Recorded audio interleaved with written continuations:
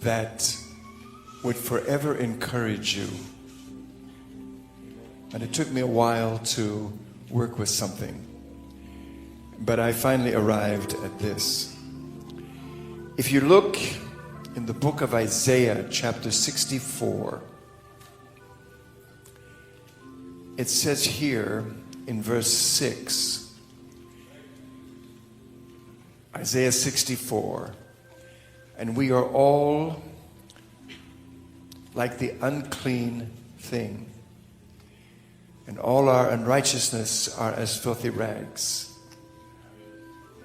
And we all do fade as a leaf, and our iniquities, like the wind, have taken us away. But look at verse 8. And now, O Lord, thou art our potter. Everyone say potter. We are the clay, and thou art our potter, and we all are the work of thy hand. I want to entitle this today, The Earthen Vessel. I graduated from Bible college in 1967. In 1968, I was invited to go on a tour to Israel. I didn't have the money to do it because I had worked my way through Bible school. But I knew if I could go to Israel, to the Holy Land, it would be the crowning touch on my Bible school education. So I borrowed the money and I went. It changed my life forever. I now have had the honor and privilege of having been there 23 times.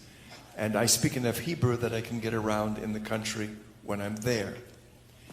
If you go to Israel, the Bible becomes a whole new book to you because you can see the places that the scriptures explain or refer to.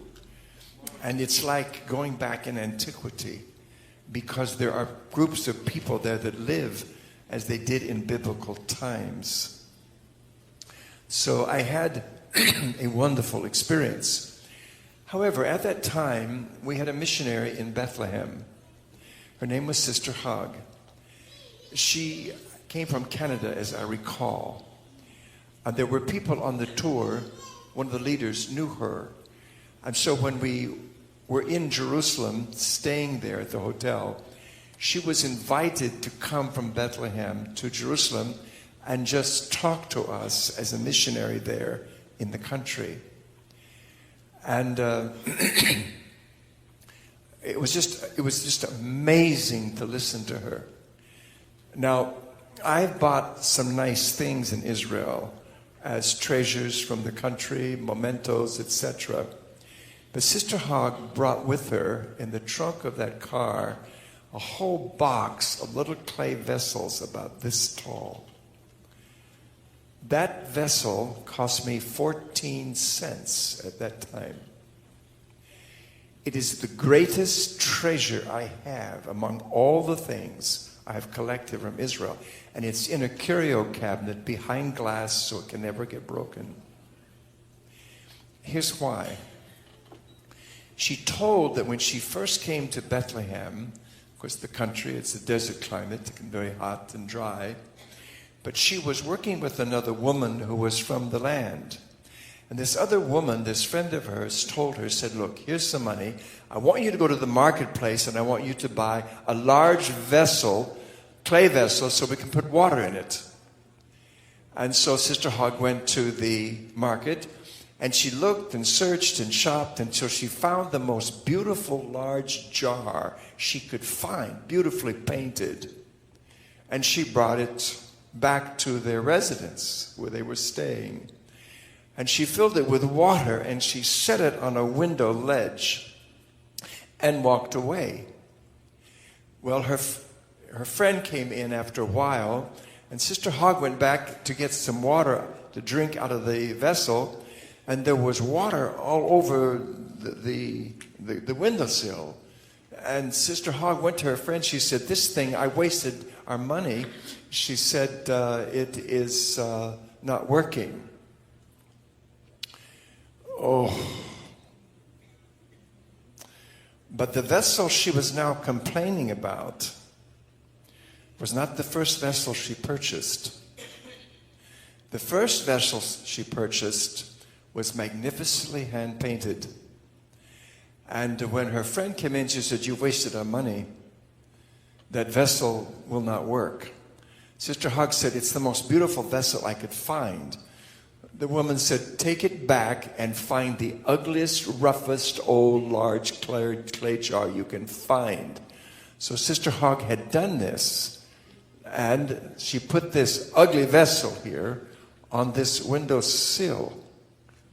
And now she's coming to take a drink, and as I said, there was water on the sill.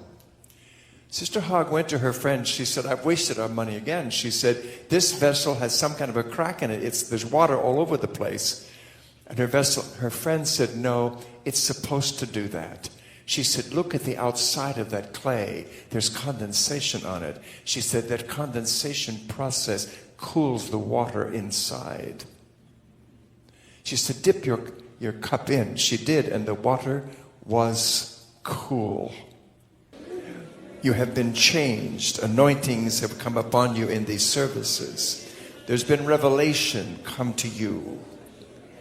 And now God is reaching for your clay vessel in a different way.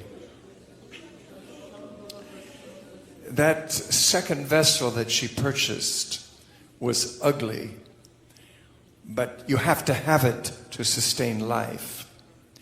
I can tell you authoritatively from having traveled the world and much of this country, there are some magnificent churches built, not particularly of our following, magnificently painted, adorned, but there is nothing cool to drink from the place. You can't feel anything. There's nothing there. It's magnificently adorned. But I've been in street meetings, I've been in basements that were basically ugly to the population as a whole. But in that place, Jesus walked in, the water of life, and I was able to drink from that experience.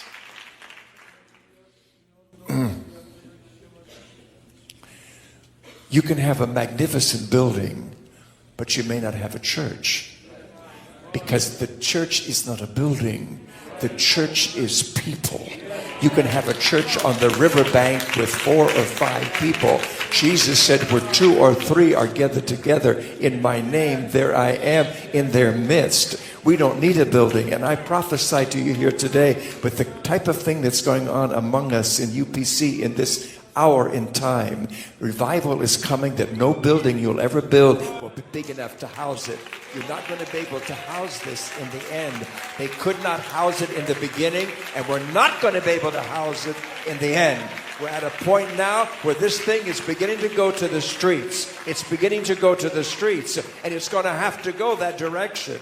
In the beginning, there were 50,000 believers in Jerusalem. There were 50,000 believers in Antioch. There was not a building big enough to house that kind of a crowd, and the public would come to jeer, to laugh, and to scoff at them. But when they got too near to the fire, the warmth of the presence of God came upon them because there were miracles in the streets. Those miracles that you read about in the book of Acts, that stuff happened on the very streets, and the people could not deny it, and they would come and be converted. If this whole area here, who had been in the service last night, in other services here, and felt what we felt and knew what was really here, this place would not be, you wouldn't be able to get in here today, because they would crawl, they would do whatever was necessary to get here, because people, there is nothing like this. There is nothing like this any place in the old world. I don't have a religion, I have an experience. I have a relationship.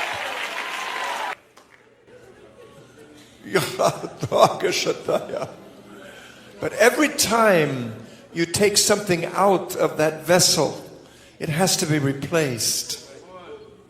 You and I are clay vessels. I wonder how many people can come to us and dip into our lives and feel refreshed with the coolness and the refreshing of the water of life that resides inside of us. I wonder how many people can come and leave us and feel refreshed, and the thirst in their soul for the water of life, the greatness of God, is satisfied. Clay is interesting because clay is never destroyed. It isn't. You can dig down in the earth and you will find layers of clay. You can pull it out, you can mix it with soil, but it retains its properties. Clay is never destroyed. It always remains clay. Isaiah said, we are the clay. You are the potter. We are the work of your hands. When I went on this tour in 1968, at that time you could go to Hebron, and they say Hebron in Israel. You could go to Hebron. There was a potter's house in that town, and we wanted to go there. So we went to this potter's house. It changed my whole life, because when you walked in there were shelves all around the walls of the whole shop, and there were clay vessels, all sizes and kinds, on those shelves. In fact, there were some vessels, clay vessels, that were quite tall. Others were quite wide. Some were short. Some were nicely shaped. Others were just plainly shaped. And it just went on and on. And I looked at everything. But all of those vessels, no matter what they look like, height, tallness, width, difference in shape, they all came from the same lump of clay. But they were touched by the hand of the potter that shaped them into what they had become now, resting or standing on those shelves.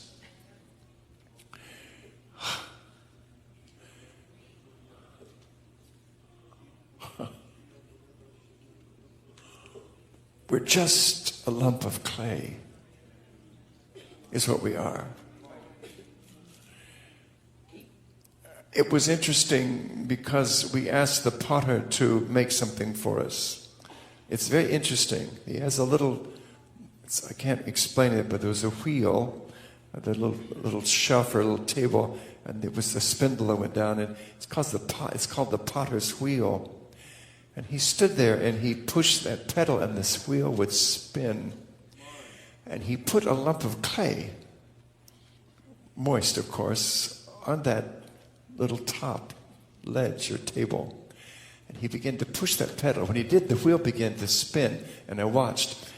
That master potter would take his hands and put it on that clay.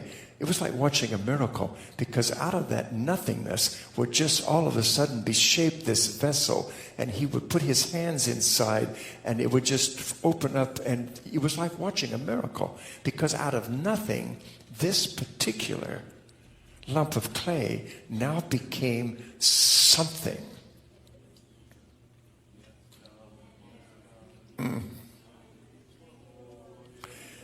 The interesting thing about those clay vessels, if a vessel is dropped and broken, the natural inclination is to take the pieces and throw it out into the potter's field. But a real potter knows not to throw the pieces out. Pick up the pieces. The vessel knows to pick up the pieces. The human being knows to pick up the pieces and take them back to the potter. And the potter with a mallet or a hammer will break those pieces, break them into smaller pieces, and grind it back into powder. And then with hands that know how, he'll mix it with water and put it back on the potter's wheel, and he'll begin to spin that, and the hand of the potter will reshape that vessel even though it was broken. I don't care what you've done, how broken your vessel has become. Don't throw the pieces away. Pick up the pieces, small and great. Carry them back to the master potter. He may break you, he may grind you, but they have discovered that when you back on that wheel as a natural piece of clay, sometimes the second vessel, because of its height, the thickness of the wall, will hold more water than it did the first time.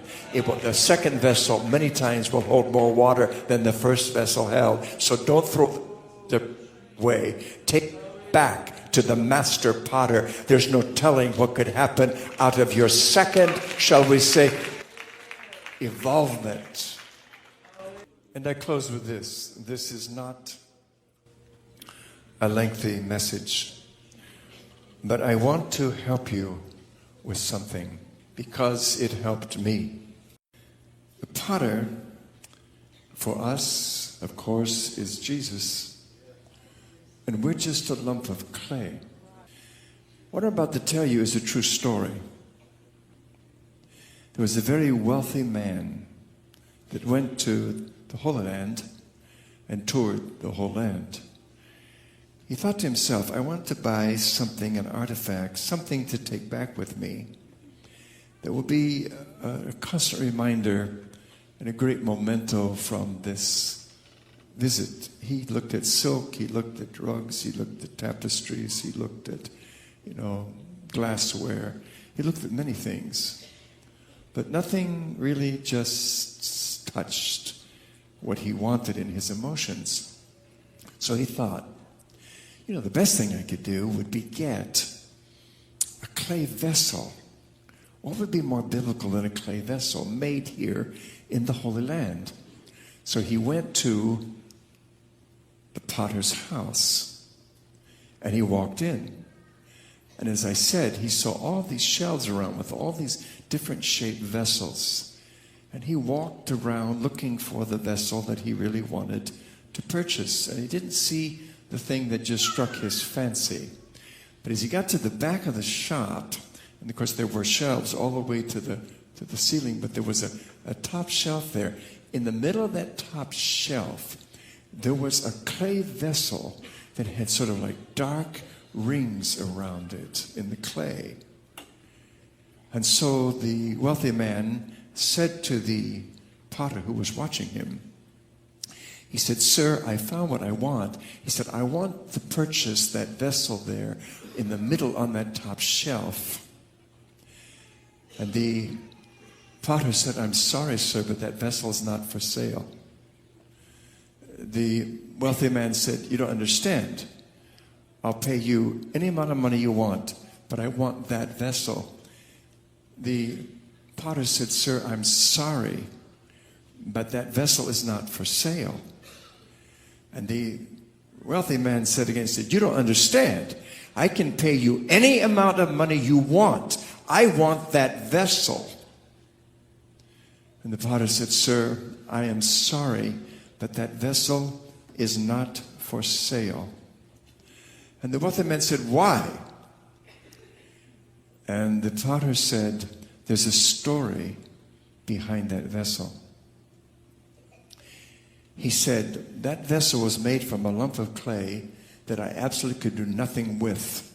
No matter what I tried, I could not shape that clay into a vessel. He said, so one day in anger, I just took the whole lump of clay and threw it in the corner and forgot about it. He said, time came and went. He said, but one day I walked at my shop and I looked down at that lump of clay and said, for some reason I felt sorry for it. He said, so I picked it up and I broke it around and said, I put it, mixed water with it, I put it back on the potter's wheel. And he said, I began to spin it. He said, I reached forth my hand and began to shape it.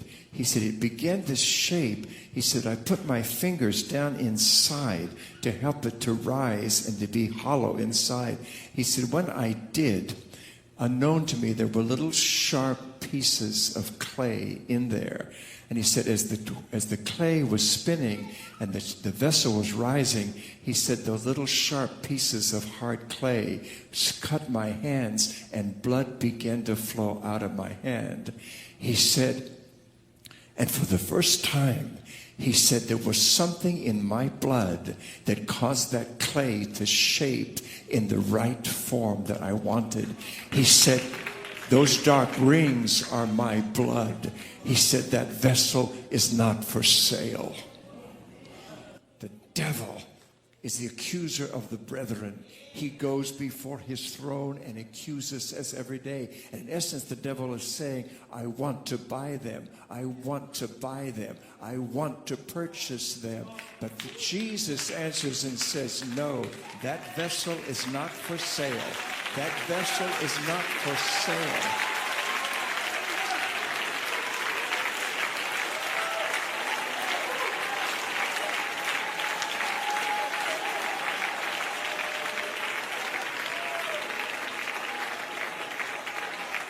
And I believe that Jesus says the reason that vessel is not for sale is because I could do nothing with them. They were thrown out. He said, but I felt sorry for them. And he said, my blood could do for them what nothing else could do for them. My blood is in that vessel.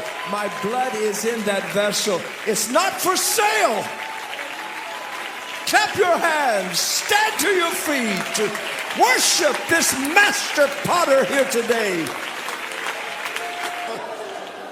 I know that there are people here today. I know there are people here today that your life has become broken by life, by this or that. But I'm asking you, if you feel like it, I've gone to the master potter at times and said, Jesus, make me all over again. Just make me all over again. Let me have the touch of the master's hand. The hands that know how. The hands that know how to touch this clay. Oh God, make me over again. If I'm talking to anybody like that today, with the atmosphere that is here, with the reality of Jesus, with angels present, if you feel like I feel sometimes, you ought to be running to this altar today and say, Lord Jesus, make me over again. Just make me over again. That's it. Just let your voice out. Make us over again, O Master of the universe. But I can hear the potter's wheel spinning. The potter's wheel is spinning in this place today.